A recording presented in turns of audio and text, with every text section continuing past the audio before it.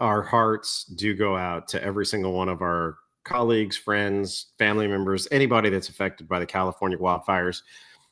Jeff and I spoke with our good friend Dr. Abdi Samani last week, and he is fine. His practice is fine, but he was mentioning these doctors that we had met at his LA Dental Symposium that have lost everything, and so our hearts and prayers certainly go out to all of them in California, because that is just devastating. And that may have since changed too, Chad, because some of those fires have actually spread into areas that had not been affected when we talked Right, to them. So right. we really need to follow up. But Yep.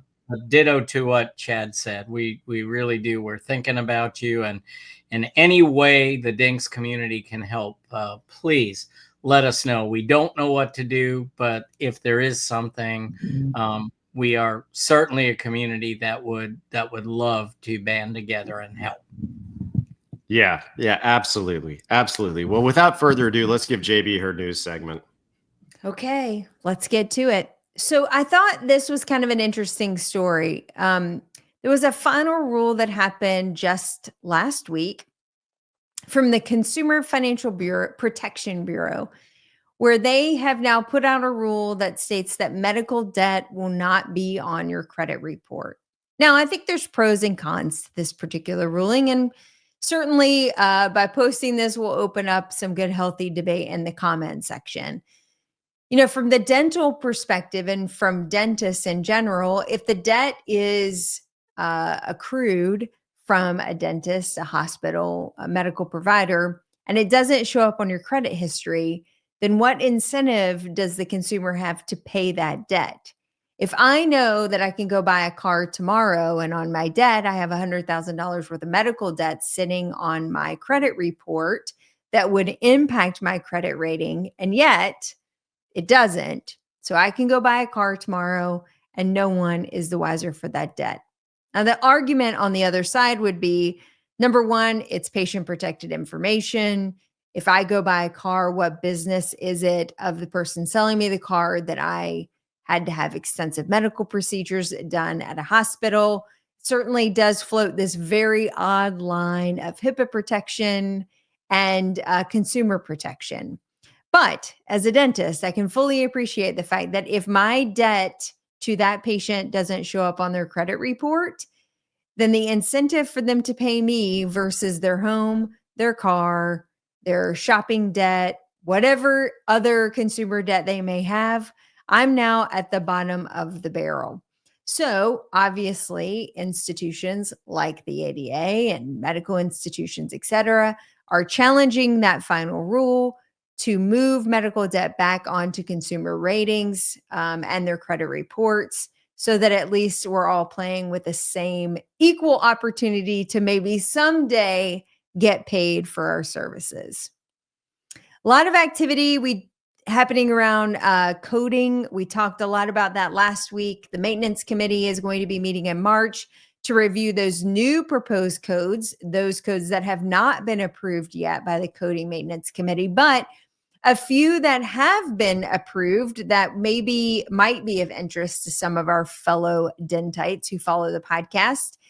If you perform saliva testing or send out for laboratory diagnostic saliva testing, you may now have CDT codes that you can use for billing purposes.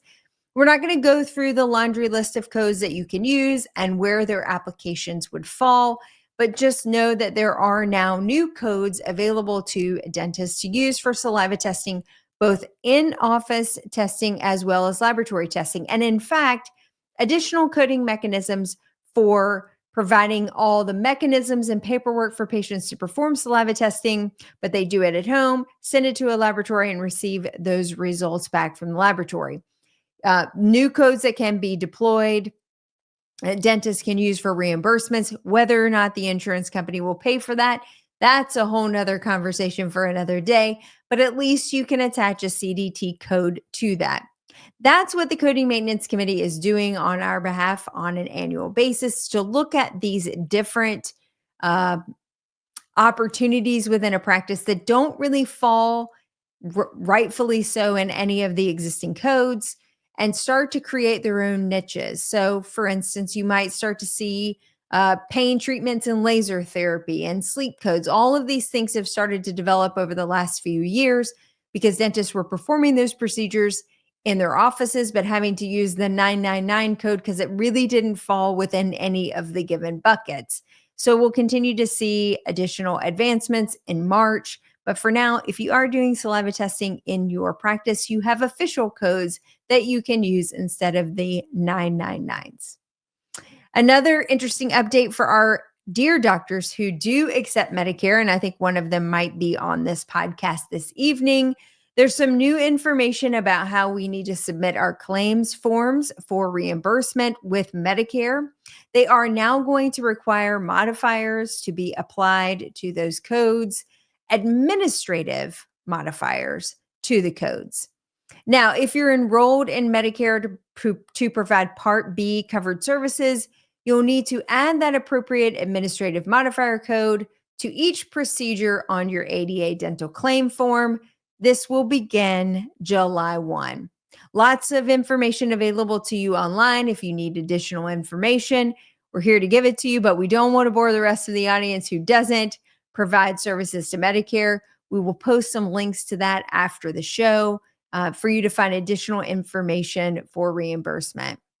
Lastly, we're not going to see the fluoride debate go away too soon, although we know the clock is ticking for when Trump will take office, and we will see an uptick of activity from RFK Jr. on some of these different activities within the EPA, within the CDC, within the National Institute for Health, et cetera, on food and other environmental agencies. The ADA is already starting to push on the EPA for the fluoride statute. We know that it was just this summer that a judge ruled that it needed to go back to the EPA for review of whether or not fluoride in water was both safe to the consumer and necessary.